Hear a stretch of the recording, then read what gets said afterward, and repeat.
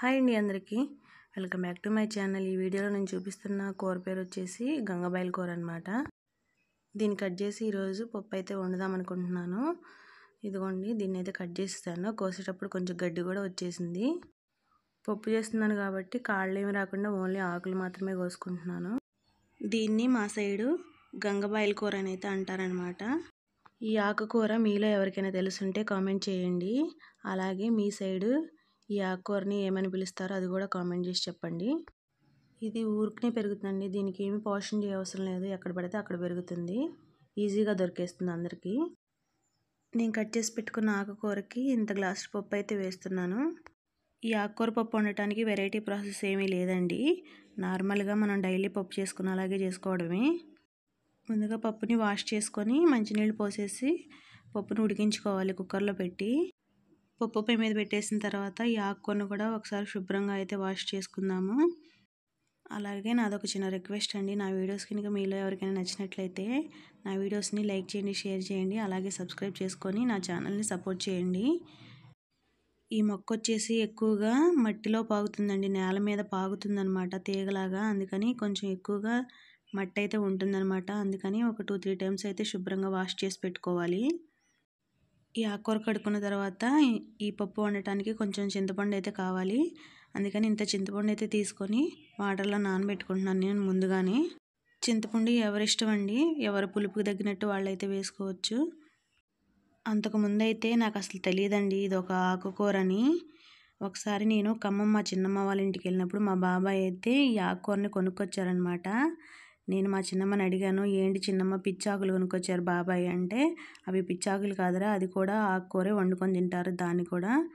ఈ ఆకుకూరని వండుకొని తినటం వల్ల చాలా ఆరోగ్య ప్రయోజనాలు ఉన్నాయని అయితే మా చిన్నమ్మ చెప్పింది. అప్పటి నుంచి నేను ఇది ఒక ఆకుకూరని అయితే తెలుసుకున్నాను అనమాట.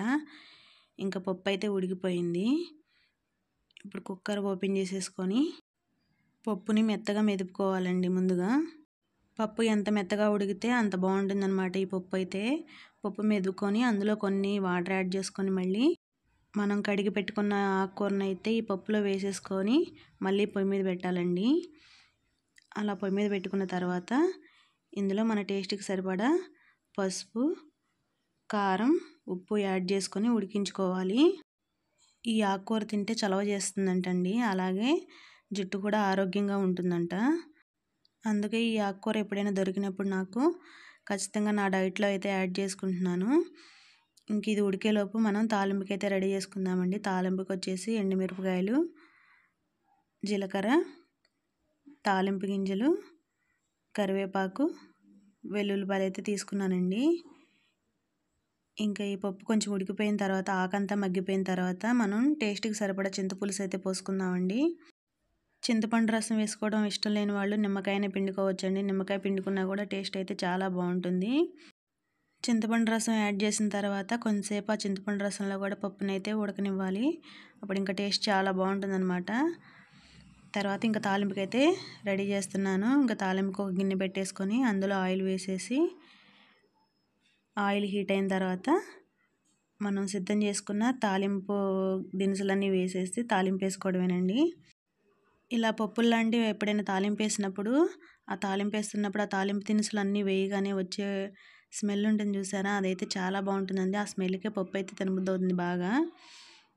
ఇంకా ఇలా తాలింపు దినుసులు అయితే వేసేసుకొని తాలింపు దినుసులన్నీ వేగిన తర్వాత మనం ఉడకబెట్టుకున్న పప్పుని తాలింపులో వేసేస్తే పప్పు రెడీ అయిపోయినట్టండి. మీకు కూడా ఈ ఆకుకూర దొరికితే తప్పకుండా వండుకొని తినండి, చాలా బాగుంటుంది పప్పు అయితే. అలాగే నా ఛానల్ని సబ్స్క్రైబ్ చేసుకోవడం మాత్రం అసలు మర్చిపోవద్దు. తప్పకుండా సబ్స్క్రైబ్ చేసుకొని నా వీడియోస్ని లైక్ చేయండి, షేర్ చేయండి. అలాగే నా వీడియోస్ ఎలా ఉంటున్నాయో కామెంట్ కూడా చేయండి. ఈ పప్పుకి కాంబినేషన్గా వడియాలు, అప్పడాలు లేదా బంగాళదుంప ఫ్రై అయినా సూపర్గా ఉంటుందండి. నా వీడియోస్ కనుక మీకు నచ్చినట్లయితే ప్లీజ్ సబ్స్క్రైబ్ మై ఛానల్ అండి. థ్యాంక్ యూ అందరికీ.